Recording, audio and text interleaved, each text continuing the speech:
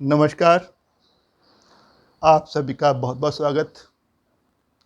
आज का हमारा विषय है मांगलिक दोष। बड़ा ही प्रचलित है, बहुत सुनने में आता है। खासकर वो पेरेंट्स जिनके बच्चे शादी लायक हो गए हैं, जब उन्हें मालूम पड़ता है कि बच्चा मांगलिक है और मांगलिक ही वधू या वर चाहिए, तो उन्हें बहुत दिक्कतों का सामना करना पड़ता है, बहुत सारे उपाय करने पड़ते हैं। लेकिन वास्तव में मांगलिक दोष से होता क्या है? कुछ खास नहीं। पहला कि जातक को गुस्सा बहुत आता है, क्योंकि मंगल ना, ये जो लोअर मार्स है, एग्रेसिव मार्स, यह वेल डेवलप्ड होता है। जातक को बहुत गुस्सा आता है, गुस्से में वह चिड़चिड़ा हो जाएगा, नाराज हो जाएगा,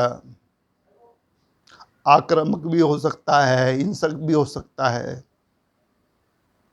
तो गुस्सा आना लाजमी।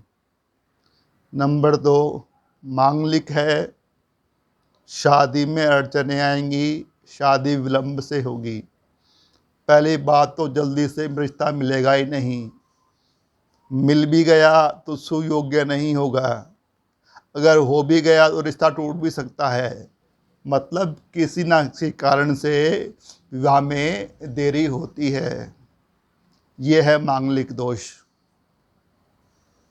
अच्छा तो यही है कि यदि हमारे पास जन्म कुंडली है तो किसी एस्ट्रोलॉजर को दिखाओ, वह अच्छी तरह से जांच परख करके बता सकता है कि जातक मांगलिक है या नहीं। लेकिन यदि किसी के पास कुंडली नहीं है तो हमारी जो हथेली है ना, उसकी रेखाओं पर कुछ लक्षण उभरते हैं, जिनसे हम जान सकते हैं कि जातक मांगलिक है या नहीं। आइए करते हैं विश्लेषण। देखिए, ये हमारा मंगल पर्वत, लोअर मार्स। हमारे हार्ट लाइन से एक रेखा, एक ब्रांच नीचे आए और लोअर मार्स में मिल जाए, इसका पक्का मतलब है कि जातक मांगलिक है। नंबर 2, यदि लोअर मार्स पर बहुत सारी रेखाओं का समूह बना हो, गुच्छा बना हो, और ज़्यादातर हॉरिजॉन्टल लाइंस लाइफ लाइन को काट रही हूँ, जैसे ये,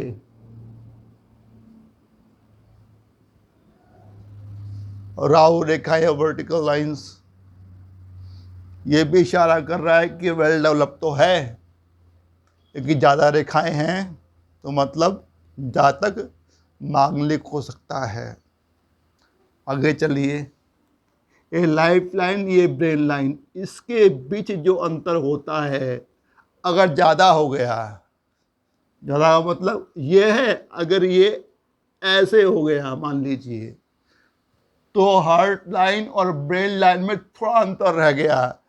ये थोड़ा अंतर जातक को स्वार्थी बनाता है, सेल्फिश बनाता है, उसे रिश्ते निभाने नहीं आते, बहुत दिक्कत होती है। तो ये भी एक लक्षण है मांगलिक होने का। एक हाथ पर है तो भी चलेगा, अगर दोनों हाथों पर ब्रेन लाइन और लाइफ लाइन में अंतर है तो जातक मांगलिक है। निभाने में दिक्कत होगी, शादी के बाद शादी को निभाने में ही दिक्कत होगी। आगे चलिए, हमारे लाइफ लाइन का एंड मतलब हमारा केतु, केतु पर्वत, यहाँ से एक रेखा उठे और लाइफ लाइन को काटते हुए विनस तक जाए, मांगलिक। अगर ये बाइफॉर्क हो जाए, मांगलिक। ट्राइडेंट हो जाए, मांगलिक। कोई अशुभता आ जाए, जैसे क्रॉस बन जाए, कोई मोल बन जाए, कोई द्वीप बन जाए, मांगलिक।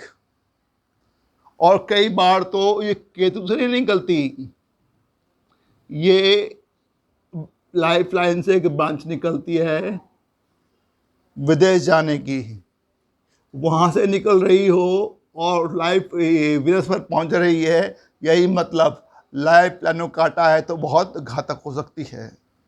कई बार तो ये लाइफ प्लान को भी नहीं काटती, सीधा मणिबंध के पास से निकलती है, ऊपर जाती है वीनस की तरफ, मतलब मांगलिक। कितना मांगलिक? अब देखिए, बाई फॉर हुआ ज़्यादा, ट्राइडेंट हुआ और ज़्यादा।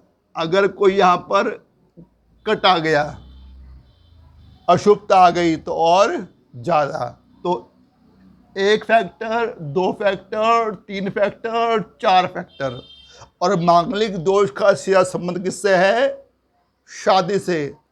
तो आइए शादी देखते हैं। अब देखिए यहाँ पर ये हमारा डिफेंसिव मार्स, इसके ऊपर हमारा ये मरकरी। मरकरी पर देखते हैं हम लोग शादी की रेखाएं, रिलेशनशिप लाइंस या फेयर लाइंस या मैरिज लाइंस। यदि मैरिज लाइन थोड़ा ऊपर की तरफ है, ऊपर मतलब लिटिल फिंगर की तरफ जा रही है ज़्यादा, तो मतलब वो शादी लेट से हुई, जहाँ तक मांगलिक हो गया। अगर यहाँ पर दो तीन लाइनें हैं लंबी लंबी और उनको एक वर्टिकल लाइन काट रही है, तो मतलब जहाँ तक कि शादी में विलंब होगा, मांगलिक है। अगर ये वर्टिकल लाइन और नीचे आके निकले, हमारे डिफेंसिव मार्स थे, तो ये पक्का ठप्पा लग गया कि जहाँ तक मांगलिक है, बहुत दिक्कतें आएंगी।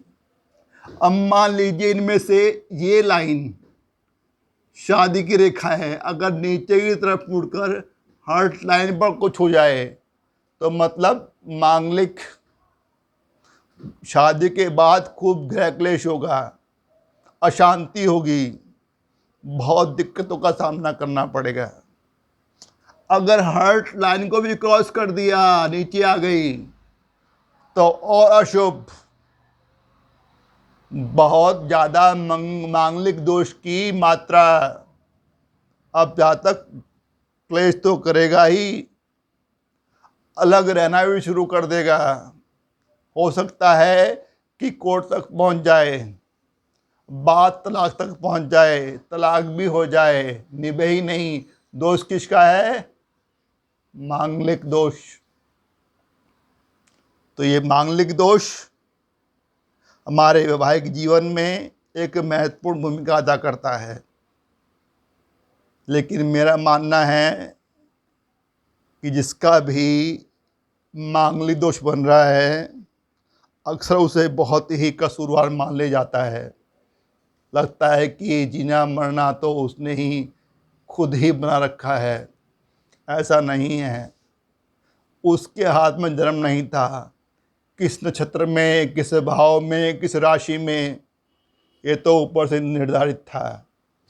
उसने मांगलिक बनाया, तो बच्चों को दोष नहीं दिया जाना चाहिए।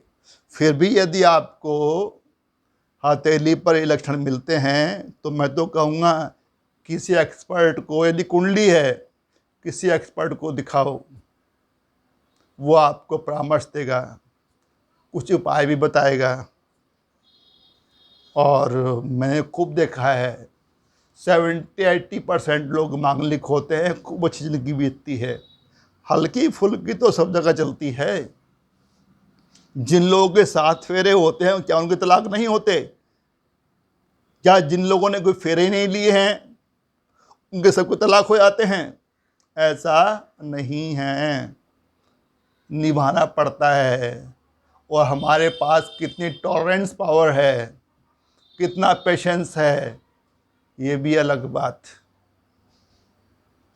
तो कुल मिलाकर मांगलिक होना हमारे वैवाहिक जीवन के लिए एक कलंक सा बन गया है कि मांगलिक की शादी मांगलिक से ही होनी चाहिए। मुझे तो लगता है कि भ्रांति है। फिर कहीं बात करेंगे। आज मैंने ये बताया मांगलिक दोष के बारे में। आशा करता हूँ आपको समझ आया होगा। आया हो तो चैनल को सब्सक्राइब कर देना, वीडियो को लाइक और शेयर कर देना, साथ में बेल आइकॉन का बटन है दबा देना, ताकि मैं कोई वीडियो अपलोड करूं तो उसका नोटिफिकेशन आप तक तुरंत पहुंच जाए। और जल्दी मिलते हैं एक नए विषय के साथ, एक नए वीडियो के साथ। तब तक मुस्कुराते रहो, हंसते रहो, खेलते रहो, खिलाते रहो। संघर्ष है जीवन, इसी का नाम है। फिर भी इंतजार के लिए bye bye, goodbye, see you soon, may God bless you all. Thank you very much, शुक्रिया।